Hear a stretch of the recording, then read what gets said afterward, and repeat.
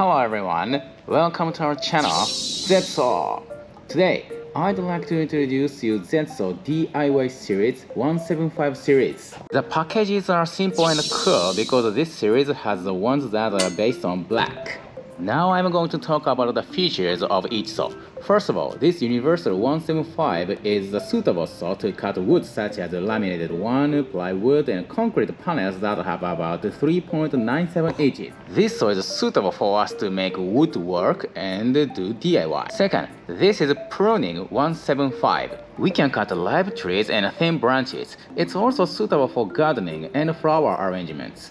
It's easy to handle because it's light and compact like Universal 175 and Bamboo and Plastic 175. Finally, this is Bamboo and Plastic 175. It's suitable to cut bamboos, PVC pipes, and plastics such as acrylic panels.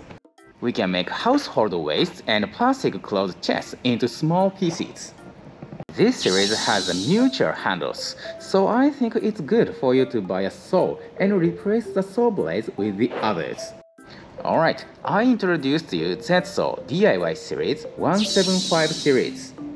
Please give us good and follow our X and Instagram. Thank you for watching.